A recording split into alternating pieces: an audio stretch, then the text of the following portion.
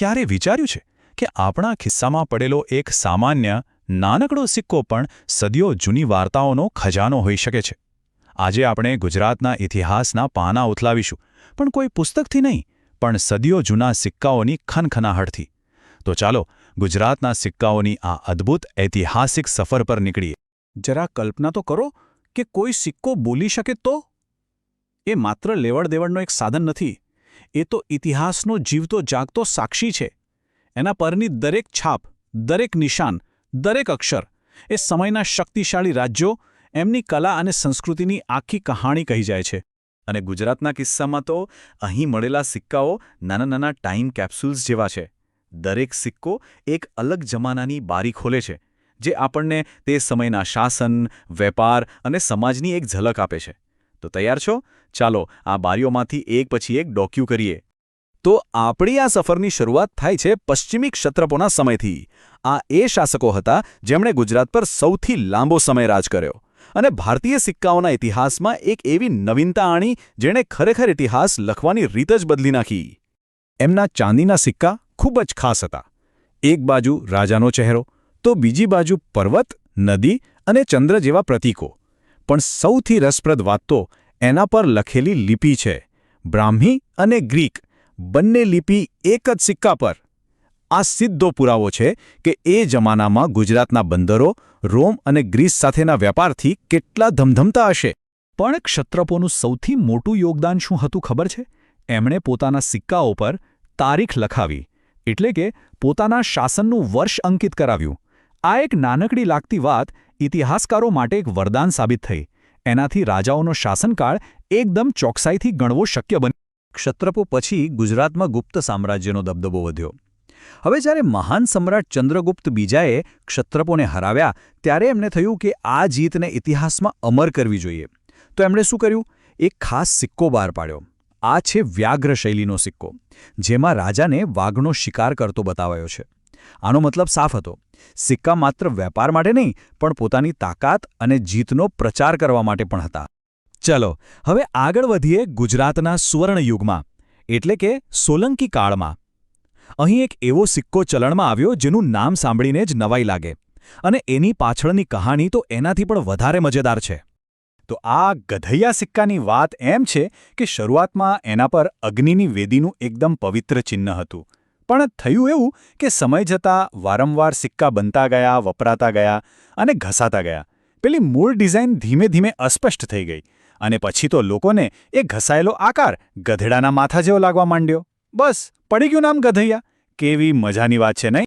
સોલંકી યુગ પછી ગુજરાતના ઇતિહાસમાં એક મોટો વળાંક આવ્યો, સલ્તનતનો ઉદય. અને આ બદલાવની સીધી અસર સિક્કાઓ પર જોવા મળી. સિક્કાઓનો દેખાવ જાણે કે એક ઝાટકે બદલાઈ ગયો. રાજાઓના ચહેરા અને હિન્દુ પ્રતીકો ગાયબ થઈ ગયા, અને એની જગ્યાએ આવી ગઈ સુંદર મજાની સુલેખન કળા, એટલે કે કેલિગ્રાફી. હવે જુઓ, આ ખાલી ડિઝાઇન બદલાઈ એવું નહોતું. આ તો એક મોટા સાંસ્કૃતિક બદલાવનો આઈનો હતો. ચિત્રોની જગ્યાએ હવે આવી ગયું સુંદર અરબી લખાણ. ઇસ્લામિક પરંપરા મુજબ સિક્કાઓ પર હવે શાસકનું નામ, એમની પદવીઓ અને સિક્કો ક્યાં બન્યો એ શહેરનું નામ બધું જ કલાત્મક રીતે લખવામાં આવતું. અને આ સિક્કાઓનું એક ખાસ નામ પણ પડ્યું, મહમૂદી, મહાન સુલતાન મહેમૂદ બેગડાના નામ પરથી. અને આ મહમૂદી એટલો ફેમસ અને ભરોસાપાત્ર બન્યો કે જ્યારે મુઘલો આવ્યા એ પછી પણ આંતરરાષ્ટ્રીય વેપારમાં તો મહમૂદીનો જ સિક્કો ચાલતો. હવે આવે છે મુઘલ યુગ, અને જ્યારે મુઘલોની વાત આવે એટલે કલા અને ભવ્યતાની વાત તો આવે જ. એમના કલાપ્રેમની છાપ સિક્કાઓ પર પણ સ્પષ્ટ દેખાય છે. ખરેખર સિક્કા બનાવવાની કળા આ સમયમાં ટોચ પર પહોંચી, અને ગર્વની વાત એ છે કે આપણું અમદાવાદ એ સમયે દેશની મુખ્ય ટંકશાળાઓમાંથી એક હતું. 12. આ એક આંકડો મુગલ સિક્કાઓના ઇતિહાસના સૌથી અદ્ભુત પ્રકરણને ખોલે છે. હા, વાત છે સમ્રાટ જહાંગીરના દુનિયાભરમાં પ્રખ્યાત એવા રાશિચક્રના સિક્કાઓની. જહાંગીરે જે કર્યું એ અકલ્પનીય હતું. એમણે 12 રાશિઓ માટે અલગ અલગ સિક્કા બહાર પાડ્યા, અને એમાંથી મોટાભાગના ક્યાં બન્યા હતા? આપણા અમદાવાદમાં. આ સિક્કાઓ પર દરેક રાશિના કલાત્મક ચિહ્નો હતા, અને ઘણીવાર પાછળની બાજુએ સુંદર ફારસી શાયરી પણ લખેલી હતી. સાચું કહું તો આ સિક્કા ઓછા અને કલાકારીગરીના બેનમૂન નમૂના વધારે હતા. આજે તો આ સિક્કાઓ એકદમ અમૂલ્ય ખજાનો ગણાય છે. પણ સમયનું ચક્ર હંમેશા ફરતું રહે છે. ધીમે ધીમે મુગલ સત્તા નબળી પડી અને ગુજરાતમાં નાના નાના રજવાડાઓ માથું ઊંચકવા લાગ્યા. હવે પોતાની અલગ ઓળખ અને સત્તા બતાવવા માટે એમણે શું કર્યું? બસ પોતાના આગવા સિક્કા બહાર પાડવાનું શરૂ કર્યું. અને આ સમયગાળો જુઓ, જાણે ગુજરાતમાં ચલણનો મેળો જામ્યો હતો. વડોદરાના ગાયકવાડી સિક્કા પર ખંજરનું નિશાન જોવા મળે, તો કચ્છમાં કોરી ચાલતી હતી અને જામનગરમાં જામી. દરેક રાજ્ય, દરેક સિક્કો પોતાની આગવી શાન અને ઓળખનું પ્રતીક હતો. એટલે કે આ અલગ અલગ સિક્કાઓનો મતલબ શું હતો? એનો સીધો મતલબ હતો કે હવે કોઈ એક કેન્દ્રીય સત્તા નથી રહી. દરેક રજવાડું પોતાના વિસ્તારનો રાજા હતું. દરેક સિક્કો જાણે કે એલાન કરતો હતો, અમે સ્વતંત્ર છીએ, અમે સાર્વભૌમ છીએ. તો આ હતી આપણી સફર. ક્યાંથી શરૂઆત કરી હતી આપણે? ક્ષત્રપોના તારીખવાળા ચાંદીના સિક્કાથી.